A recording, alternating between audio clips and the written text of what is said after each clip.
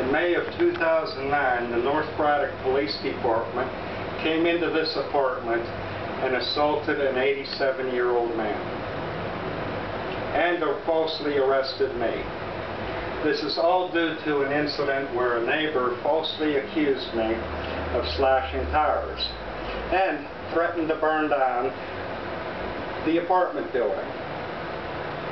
Okay, I came home and advised the landlord of the threat that was made against his property. He called the North Braddock Police, who responded 4 hours later saying they got a report of a domestic disturbance. They came in here and they fought with the landlord, who's 87 years old, and they were really rotten to him. They caused him to pass out and hit the floor. I didn't like what I was hearing, so while I was in my place, I attempted to call their chief or a councilman to come intervene in this situation that's been going on for a while. The grudge over my radio antenna that they can't do anything about. Well, anyway,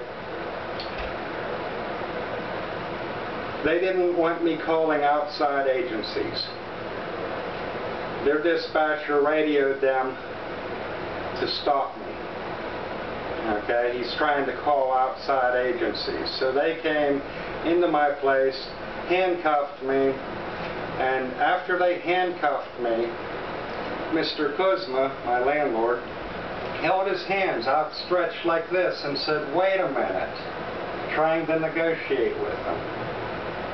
One of the North Braddock officers screamed, "Don't you dare touch me."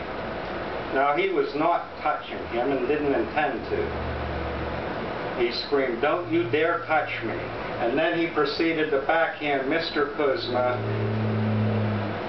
knocking him into the radiator, head first into the radiator, then onto the floor. And then they have the gall to charge me with all kind of false and frivolous charges to cover up their actions. They blamed him ending up in the hospital on me.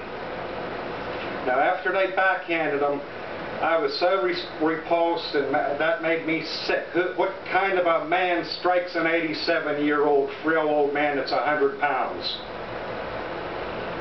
I'll tell you who, a North Braddock police officer.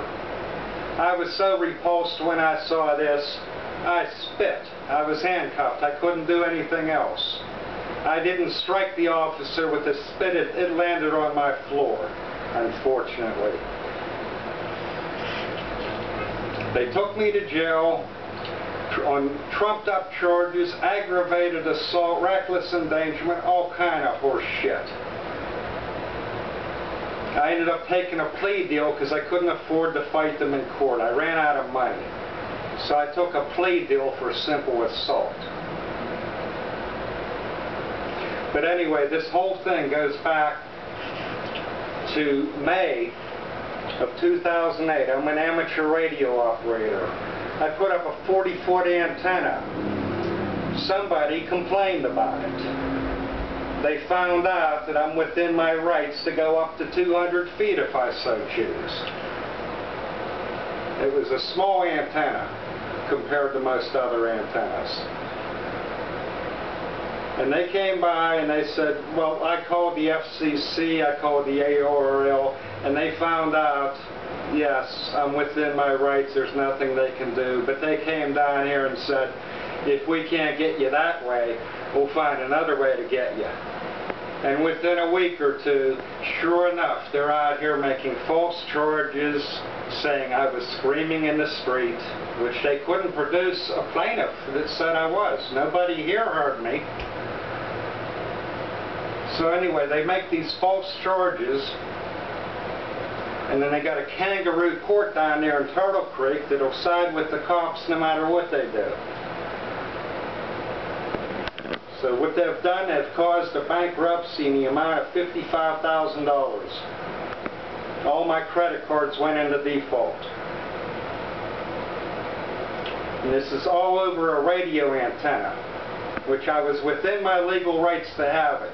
But they couldn't get me that way. Oh, we'll find another way to get you.